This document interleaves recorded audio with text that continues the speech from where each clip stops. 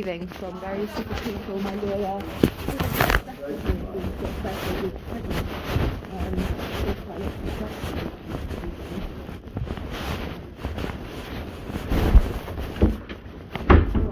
apologies for that.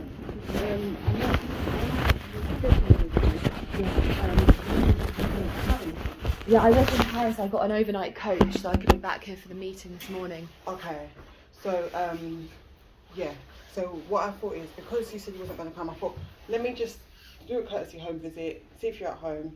And that's why when you came, I was at your house. Great. So I had to rush back. Great, okay. Anything that you want, so I'm Tisha Matthew. Okay. I'm the person that you've been corresponding with via Yes. email. Yeah. I know you've probably had a few phone calls, but that probably would have been through like our general MASH department. Right, okay. So generally, how are you feeling? Yeah, I'm feeling okay. I mean, I'm 38 weeks pregnant, so I'm feeling pregnant, essentially, but I don't think I'm feeling anything that's abnormal aside from the pregnancy. Okay. And it's been smooth, like generally? Yeah, it's been smooth. The baby's healthy. All the blood tests I've had, all of the physical examinations of the hospital, the private midwifery care. The midwife came to my home, and she wrote, like last week, she came to my house she's an accredited care quality midwife from the NHS. She came to my home, and all the boxes here ticked that she did not identify any risks. There were no risks identified in my home. So I have already had a home visit from a care quality commission private midwife, and she's not identified any risks from my home environment. And I do have the evidence to sort of back that claim up as well to bring forward. Okay. I'm just getting a document up. Great.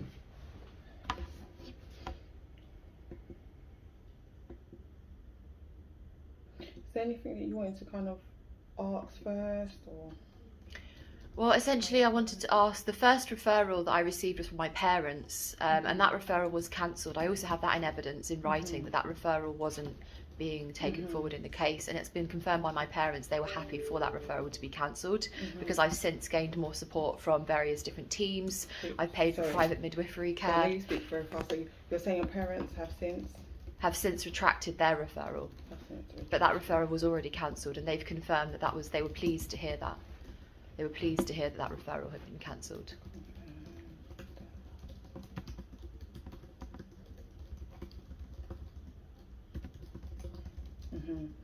And then you went on to say something about they were happy that certain things were in place. But it's just that in your letter you've put that you've attended my house for home visits. I've not received one home visit from you. I've never met you before. So that's entirely not accurate because I've never met you before. So I don't know why. So you're making it out like I haven't been cooperative with your process. I've been really busy. I've been working full time. Yesterday I was working.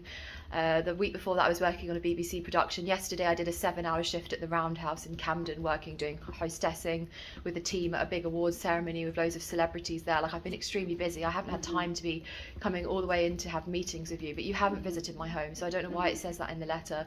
In terms of the cooperation, I've been emailing you back pretty consistently. I'm happy to cooperate with this process, but in terms of that first referral, that keeps being drawn upon in letters and emails. Oh, you've had several referrals now. I've had one referral from the midwifery team at the hospital because the first referral has been cancelled, and I've received an evidence to my email from Joy Magazi that first referral was thoroughly investigated and was cancelled. So therefore there has now been one further referral from the midwifery team. I don't know which midwife made that referral, but I've asked the hospital to investigate that for me. And I need evidence as to why that referral was made, because at the moment I've not been given any evidence for any of this. I don't know where this concern has come from. I'm paying £1,000 a month to rent privately. I've been to all of my midwife appointments. I've been to all of my antenatal appointments. I have a completely clear DBS. I have no involvement with any authorities. I've never been reported for anything. I've paid taxes my whole life. I have a degree. I don't know where this child safeguarding concern has come from. And so I am requesting to have that investigated. I do have lawyers that are liaising with me via this because I'm quite concerned, in fact, about the hospital care I've received. It's not just this, it's also a medical negligence claim where they didn't give me some test results which were really important, which could have resulted in premature birth. So I'm now having to go via a lawyer for a medical negligence claim as well with the hospital. How could it result in premature birth? Because it was a urinary tract infection, which I gave them the sample for. They then either didn't send it off or didn't disclose the results to me. I then went and did a private test, and that came back that I did have a UTI, which is very common for most women in pregnancy. Like 90% of women have urinary tract infections, but if it's not detected, then it can cause premature birth. So I had to essentially go private in order to get my test results, which should have been provided via my midwife. And then I believe it's that same midwife who did not give me those results who has also made this referral. So that's why there's something not quite adding up here, and it's concerning. So let's kind of go through some of the concerns that have been raised. Great.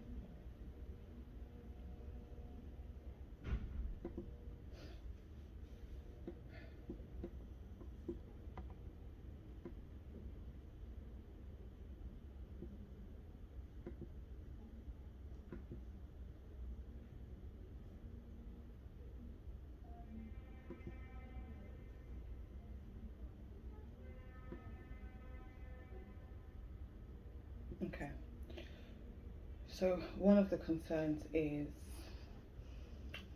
mental health concerns.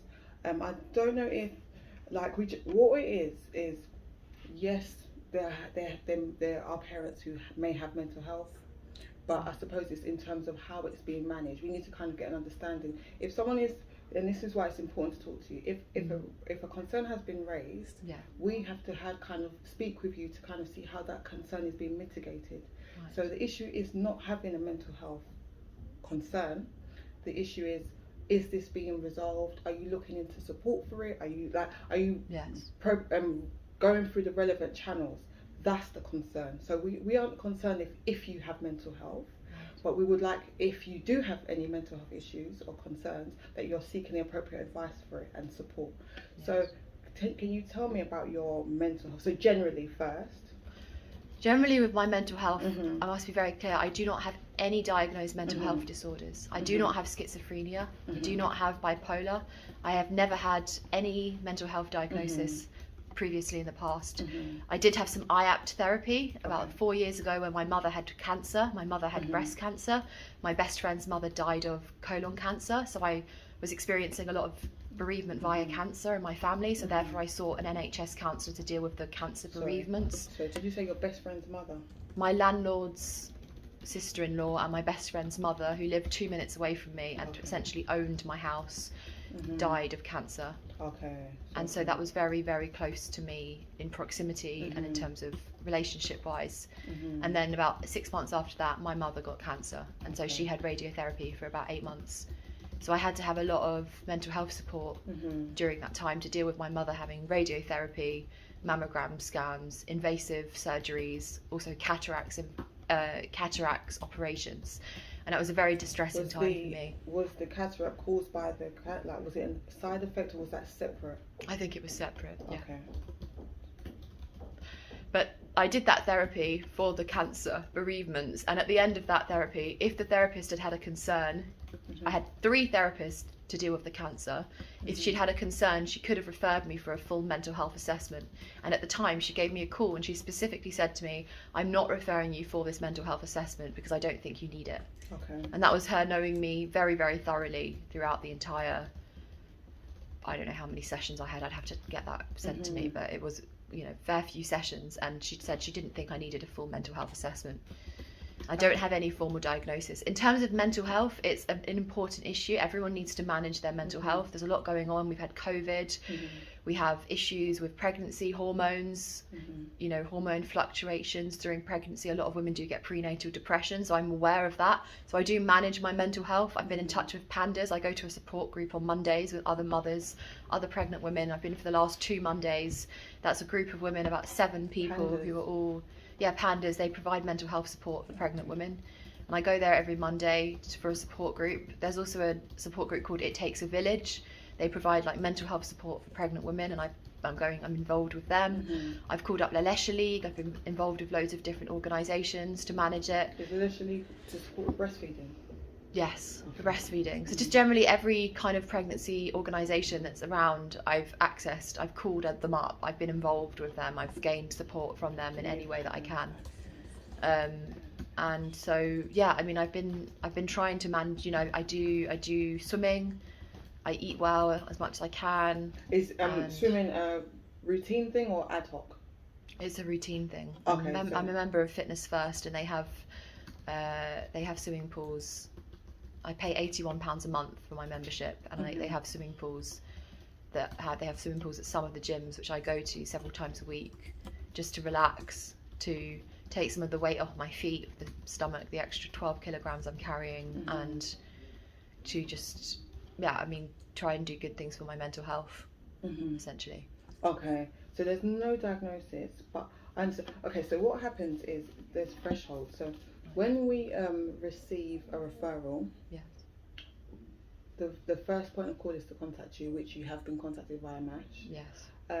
Sometimes they'll say no further action. They might signpost to early help. They might progress it for an assessment. Those are the potential outcomes. Yes, there has been occasions where MASH have closed the case, which I believe you've got a referral for.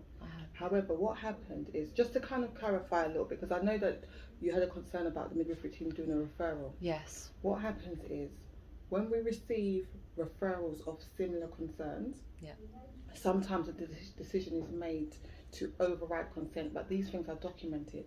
Right. So what will happen is, if it's felt like, okay, we're getting persistent concerns about similar issues, they can override consent and do what you call MASH checks. So MASH checks is when, before it comes to my team, which is assessment team, MASH checks is, it's like a room full of professionals from different agencies. So you'll have like police, you'll have housing, just all different organisations in one room. So checks get sent out. Okay. As part of those MASH checks, one of the checks would go to your midwifery service. Right. They have to respond. So they've got a time frame in which they have to respond. Right. When your midwife got the email, they responded to that email, and that's what triggered another referral. So they didn't directly refer to us. Okay. They were responding back to MASH checks. And what did they say in terms of their concerns? Because I could walk into any pharmacy, I could walk into any hospital, I could walk into any GP appointment and maybe disagree with something somebody says, and then they could say, oh, she's got bad mental health. Women have to face this all the time, always being told if they're a bit difficult or they disagree that it's your mental health. But what have they actually said in terms of these concerns? Was it just that I wasn't wearing any makeup that day, or my boobs were leaking because I was producing colostrum, or was it because I'm pregnant and I have anxiety, this is my first baby? I mean, I just don't understand what this evidence is for my mental health here. Okay, so I'm going to go through it. So firstly, maternity is concerned about Lydia and the unborn. Lydia is presented to maternity and behaved in a manner which is concerning. Some of her language and reactions have been inappropriate, and for this reason I discussed with her a referral to perinatal mental health, which you're aware of, which you accepted. Her presentation has been guarded, and she can become angry when we in maternity ask questions about her mental health history and current social situation. I have discussed this case with my manager, and decided that the best course of action would be to continue to engage her to gain more information, and then with her knowledge complete a MASH referral. So they were concerned, but they wanted to kind of work with you first and to kind of... They did not, I must make this very clear, they did not inform me that they'd made a MASH referral. No. What they were saying is they were going to work with you, and if they had ongoing concerns, they would have completed a MASH referral with your knowledge. They did say that. Okay, but they never informed me of any MASH referral. No. With my knowledge, there was no with my knowledge. So that's what I'm saying. I just want you to be clear as well. What they're saying is they had thought of doing a MASH referral. It didn't say that, but they were saying that they wanted to work with you first to let you know that they were making a MASH referral. They hadn't made a MASH referral. Oh, I see.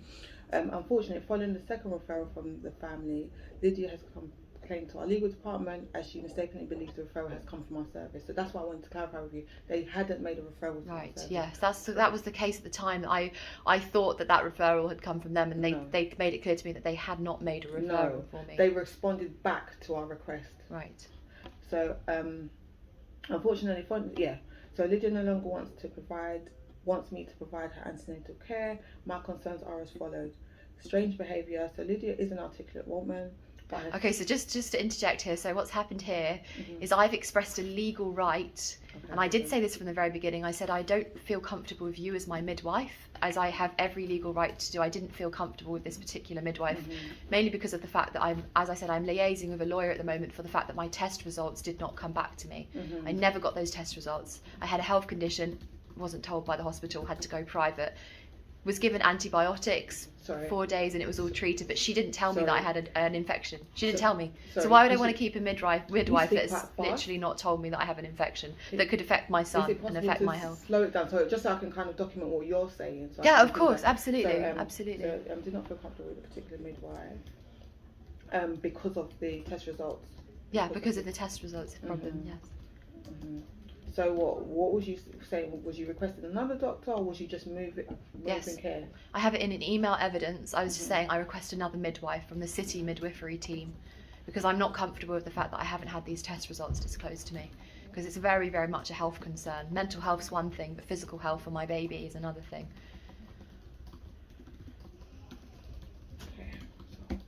As far as it seems from your notes, and you know, it's very common. It's on the Birth Rights website. This is a common phenomenon for women in pregnancy and women giving birth.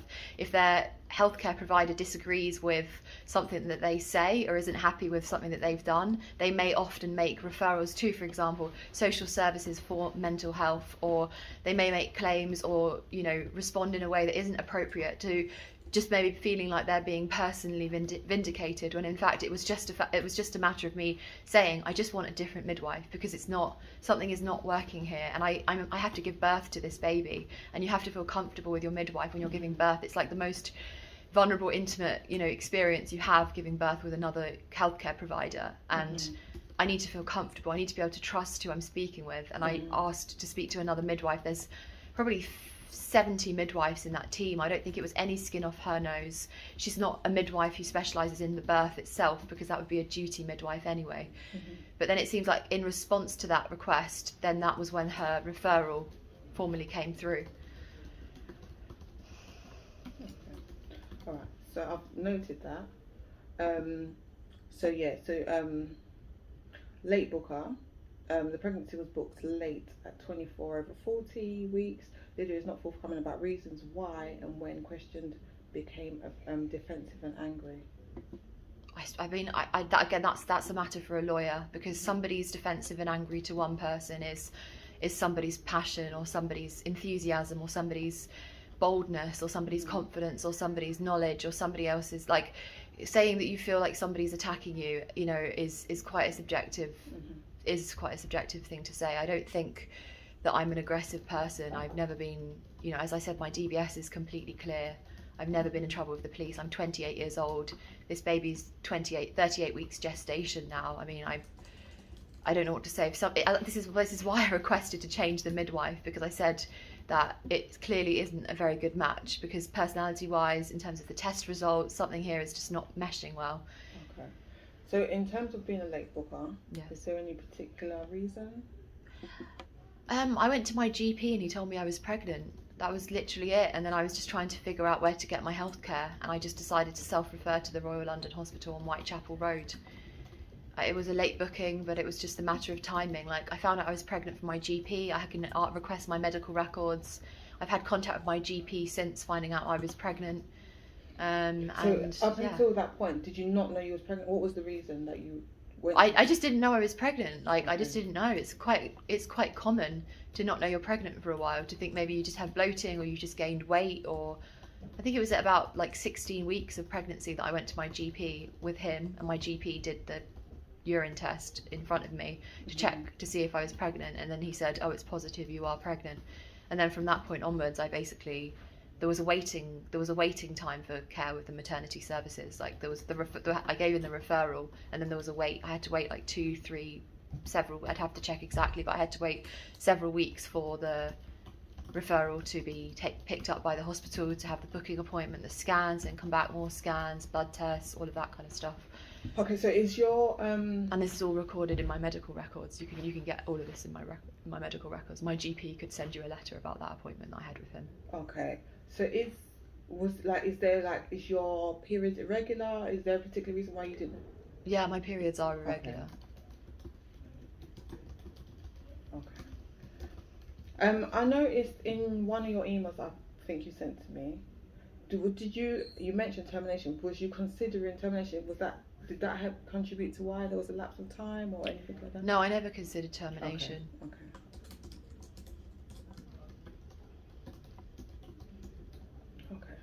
So that was. I can't guarantee exactly if the GP made the referral, like the administrative side of things. I can't say that.